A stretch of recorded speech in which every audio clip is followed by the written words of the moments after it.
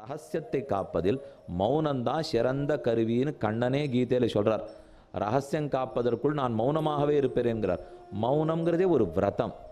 எப்படி உபவாசம் ஒரு விரதமோ, ஷோருண்பதற்கு விரதம், ஷோரை தியாகம் செய்யும் விரதம் உபவாசம், அதை போல பேச்சும் ஒரு வித ஆகாரம். அந்த ஆகாரத்தை தியாகம் பண்ணுறதே ஒரு விரதம். நமக்கு ஏதாவது பாபம் நடந்துருத்துன்னு வச்சுங்க, ஒரு 4 நாள் மௌன விரதம் இருந்தோன்னா அது பிராயசித்தங்கிறது. அப்படியே சுவாமி, நான் நினச்சது மௌன விரதமே பாவம்னா நினச்சிருந்தேன். அப்படி இல்லை. இப்போ மௌன விரதம்ங்கிறது உபவாசத்தை போல பிராயசித்தமாகிறது. அது உனக்கு கைகண்ட ஆயுதம்.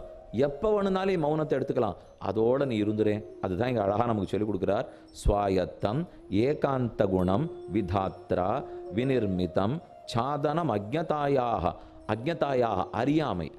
அறியாமையை மறைக்கக்கூடிய பெரிய தெரை மௌனம்ங்கிற தெரை. அதுவும் எப்போ வேணால் அது எடுத்துக்கலாம், கடைக்கு போய் வாங்கவே வேண்டாங்கிறார். அடுத்த அர்த்தம் சாதிக்கிறார். யதா கிஞ்சித் ஞோகம் த்விப இவ சபாந்தவ சமபவம் ததா சர்வஜோ ரமீத்யபவதவலிப்தம் மம மனः யதா கிஞ்சித் புதஜன சகாஷாத் அவகதம் ததா மூர்க்கோஸ்மீதி ஜ்வரம் இவ மதः மே வியபகதः. நான் முதல்ல படிக்கிறதுக்கு ஆரம்பிக்கச்சே கொஞ்சமாக கற்றுண்டேனோ இல்லையோ, அந்த சமயம் எனக்கு நிறையா தெரியும் முழுக்கவே தெரியுமே அப்படிங்கிற மதம் பிடிச்சிடுது எனக்கு. வித்யா தனாபிஜன ஜன்ம மதேன காம குரோதாதிபிஷ்ச ஹததீர்ண சமம் பிரயாமி என்று கூறத்தாழ்வான் சாதிக்கிறார். நான் பணத்தாலே உயர்ந்தவன், படிப்பாலே உயர்ந்தவன், பிறப்பாலே உயர்ந்தவன், அழகாலே உயர்ந்தவன் என்று யானை எப்படி மதம் பிடிச்சு அலையுமோ அதை போல இவனுக்கு மதம்.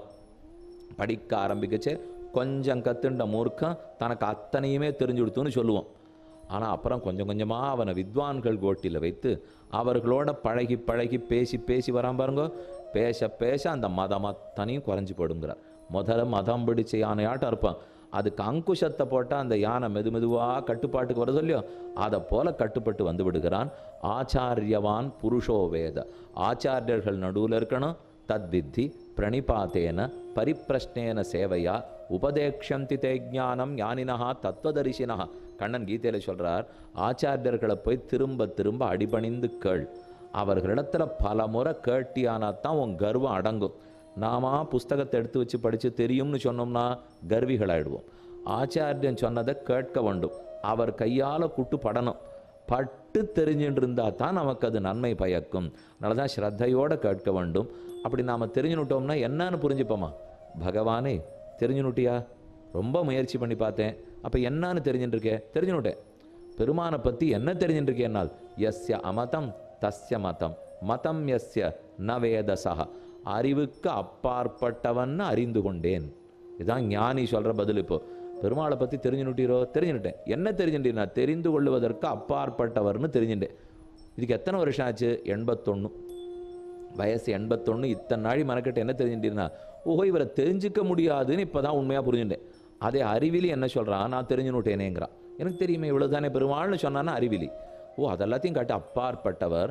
மனநகமலமர மலர்மிசை எழுதரும் மனனுணர்வளவினன் பொறியுணர்பவையிலன். நம்ம புலன்களுக்கு அப்பாற்பட்டவன் தெரிந்து கொண்டால் அவன்தான் ஞானி. யோக்கியன் அயோக்கியம் வித்தியாசம் இல்லாமல் அனைத்தும் தெரியும்னு பேசிட்டு இருந்தான்னா மூர்க்கன் என்கிறார்.